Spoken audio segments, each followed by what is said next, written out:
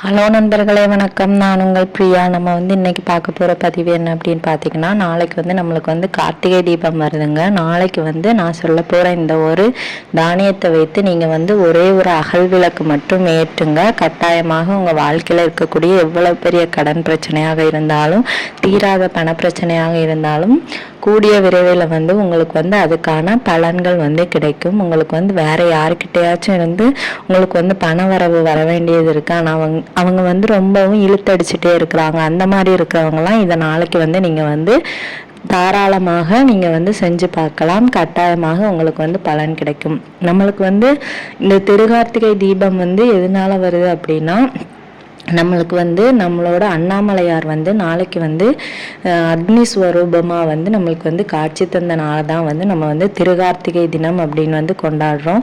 இந்த திருகார்த்திகை தினத்தில் நம்ம வீடுகளில் எவ்வளவு விளக்குகள் ஏற்றி வெளிச்சத்தை தரோமோ, பெரிய தீபமாக ஏற்றணும்னு அவசியம் கிடையாது. அந்த சின்ன தீபத்திலேருந்து வரக்கூடிய அந்த ஒளி நம்ம மனசுக்கு எவ்வளோ ஒரு நிம்மதியை தருதோ, அதே மாதிரி நம்ம வாழ்க்கையிலையும் ஒளி வீசி வாழ்க்கையும் நிம்மதியாக மாறுங்கிறது ஐதீகமாக சொல்லப்பட்டுட்டு வருது. அதனால தான் எல்லாரையுமே அந்த திருகார்த்திகை தினம் கொண்டாட சொல்கிறாங்க.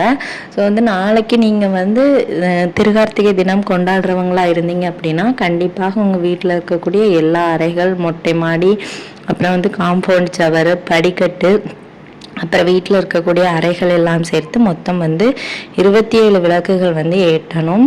அப்புறம் நீங்கள் நாளைக்கு கிருத்திகை நட்சத்திரம் நம்மளுக்கு வரனால முருகப்பெருமானுக்கு கட்டாயமாக ஒரு விளக்காவது நீங்கள் ஏற்றிடுங்க. அதுவும் நெய் விளக்காக ஏற்றினீங்க அப்படின்னா மிகவும் சிறப்பானதாக இருக்கும். அதுக்கப்புறமா நீங்கள் என்ன செய்யணும் அப்படின்னு பார்த்தீங்கன்னா, நாளைக்கு நமக்கு வரக்கூடிய கார்த்திகை தீபம் சுக்கிர பகவானுக்கும் லக்ஷ்மி தாயாருக்கும் உகந்த நாள் வெள்ளிக்கிழமை. ஸோ நாளைக்கு நம்ம இந்த பணவரவுக்காக இந்த ஒரு பரிகாரத்தை செய்யும்போது கட்டாயமாக அது நம்மளுக்கு நிறைவேறும். நாளைக்கு வரக்கூடிய அந்த சுக்கிரஹோரையில் நீங்கள் இந்த தீபத்தை ஏற்றணுங்க. அது என்ன தீபம் அப்படின்னு பார்த்தீங்கன்னா, அந்த தீபம் ஏற்றுவதற்கு நம்மளுக்கு தேவையான பொருட்கள் என்னென்ன அப்படின்னு கேட்டிங்கன்னா, ஒரு கைப்பிடி அளவு வெள்ளை மொச்சை சுக்கிர பகவானுக்கு உரித்தான ஒரு தானியம். இது நம்மளுக்கு பணவரவை ஈர்க்கக்கூடிய தானியமாகும். அந்த தானியத்தை ஒரு தாம்பளத்தட்டோ இல்லை குட்டியாக ஒரு தாம்பலம், சின்ன தாம்பலம், நம்ம குட்டி விளக்கு ஏற்றுறதுக்கு வச்சுருப்போம்ல, அந்த தாம்பலம் நிறைய கூட நீங்கள் எடுத்துக்கலாம். இல்லை ஒரு கைப்பிடி அளவு உங்களுக்கு முடிஞ்சதை எடுத்துக்கோங்க. அது அப்புறமா ஒரே ஒரு அகல் விளக்கு, ஒரு பஞ்சுத்திரி, அதை அலங்காரம் பண்ணுவதற்கு 2 பூக்கள், 2 3 பூக்கள், உங்களுக்கு எவ்வளோ பூக்கள் வைக்கணுமோ வச்சுக்கலாம். அது உங்கள் விருப்பம். ஸோ இனி என்ன செய்யணும் அப்படின்னு பார்த்தீங்கன்னா, அந்த தாம்பலத்தில் மஞ்சள் குங்குமம் போட்டு வச்சு இந்த வெள்ளை மொச்சையை அதில் பரப்பி வச்சு அதுக்கு மேலே இந்த அகல் வைத்து அதில் நீங்கள் தீபம் ஏற்றணும். நீங்கள் கேட்பீங்க, ஏற்கனவே நாளைக்கு நம்ம வீட்டில் நிறைய தீபம் ஏற்றுவோம், இதை நாங்கள் எதில் ஏற்றுறதுக்கு அப்படின்னு கேட்கலாம். இது உங்கள் பூஜை அறையில் வைக்க வேண்டிய தீபம். இது நம்ம திருகார்த்திகை தீபத்தோட இது கணக்கு வராதுங்க. ஏன்னா நான் இதை ஏற்று சொன்ன டைம் என்ன அப்படின்னா, சுக்கிரஹோரை இரவு வரக்கூடிய சுக்கிரஹோரை 8 to 9 அந்த டைமில் நீங்கள் ஏற்றணும்.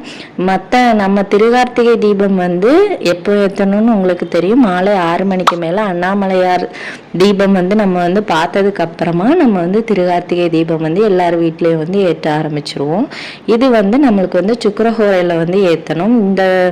இந்த தானியம் சுக்கிர பகவானை நம்மளுக்கு ஈர்த்து தரும். ஸோ உங்களுக்கு வேண்டுதல் என்ன இருக்குதோ, இப்போ எனக்கு ரொம்ப நாளாக கஷ்டமாக இருக்குது, ரொம்ப நாளாக எனக்கு ஒருத்தவங்க காசு தரணும், அவங்க தரவே மாட்டேங்கிறாங்க, அந்த மாதிரி ஏதாச்சும் உங்களுக்கு நிறைவேறாத அந்த பணம் சம்மந்தப்பட்ட வேண்டுதல்கள் இருக்குது, இல்லை உங்களுக்கு சேல்ரி அதிகமாக வேணும் வேலை செய்கிற இடத்துல, இல்லை யாராவது உங்களுக்கு காசு தரணும், இந்த மாதிரி எந்த வேண்டுதல்களாக இருந்தாலும் மனம் உருகி ஒரு 5 நிமிடம் பிரார்த்தனை பண்ணிட்டு அதுக்கப்புறமா நீங்கள் இந்த அகல் விளக்கை ஒளிர வைக்கலாம். குறைந்தபட்சம் 1 மணி நேரமாவது அது எரியணும்.